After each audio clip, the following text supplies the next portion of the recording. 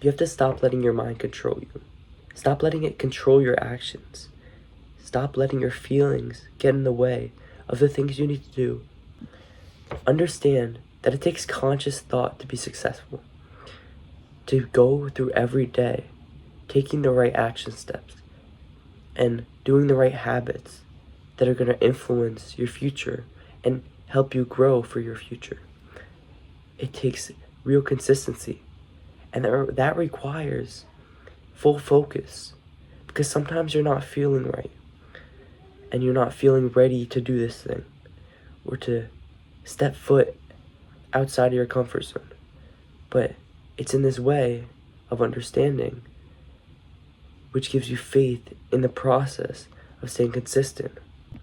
And having faith in this process makes it so much easier, because if you have faith that you will be conscious in making decisions and not relying on feeling 100% or feeling ready to start, you will be able to be so much more consistent and you'll achieve more because of this. And that's why action is so important to your growth, because most people just plan. Most people sit down, will write out their goals, and they won't have any plans behind it. They won't set systems, won't set something in place that allows them to actually have the knowledge of how to get to those goals and stay consistent on those goals. And not having a plan in place that when you fall down, a plan that will help you slowly build your way back up to where you once were before. And that's why action is so important on this journey. You can't let your mind control the actions that you take. You need to be conscious in the actions that you take, not being controlled by a mind that isn't always fully ready to make those actions. You need to forcefully and consciously do those actions for yourself out of the good of your own improvement and out of the good of your own desire for growth. And the reason I'm saying this is because today was a testing day for me. Today was a day that I was tested. I was tested when I was running. As you can see back there, there's all my bibs for my races. But I'm a runner, so today's run was 10 miles. And if you can hear, I'm sick right now, so this run wasn't the best. I've been sick for 4 days, and I was honestly being tested during my run.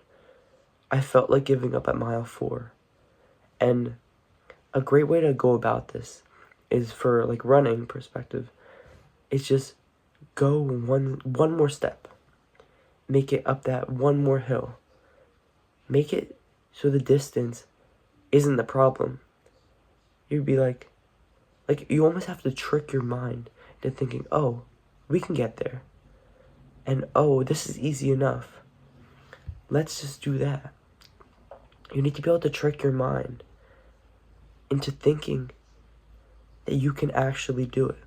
And I did that, and I was able to actually get through this run, which I would say it's probably the hardest run in a while that I've done, just because of the reason that my mind was being tested, and thanks to the strength I've gained, I was able to conquer this desire of quitting and this like intrusive thought just to be like, oh, give up right now because you don't feel like pushing and aspiring to be greater. And obviously this like mindset is not a good one to have, but it will be a temptation just to think about that, like especially when it gets tremendously hard. Like I was feeling my sickness, I was coughing throughout my run, and I felt it. So the temptation to quit and to just give up was so much like more comforting, so much like it was just so much easier to just give up. And that's what you have to rewire your mind. And when it comes to rewiring your brain, this is quite possibly the hardest task, the hardest ask in a self-improvement situation, because it requires you to take action, conscious action, against your baseline of comfort. And that's hard to do for some people. For instance, if you're so used to eating junk food and watching TV all day, sitting on your couch, then taking action and getting up and going on a walk or a run will seem like doing the hardest chore in your life, because your baseline of action and effort for the pleasure you're getting is so low that when you actually try and put effort, the dopamine you get from that isn't as fulfilling as the junk food or this TV and entertainment that stimulates you. So, to move away from that perspective, you just need to control your mind.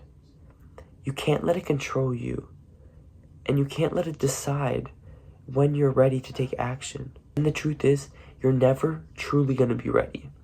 And that's the worst part for most people, because most people want to have the clarity of knowing and having the thought in mind that they're perfectly fine where they are. This is the right action that you need to take. But life doesn't work like that. You're not always going to have a clear, cut in stone path for you. And you need to almost make your own path and drill out your own story for yourself.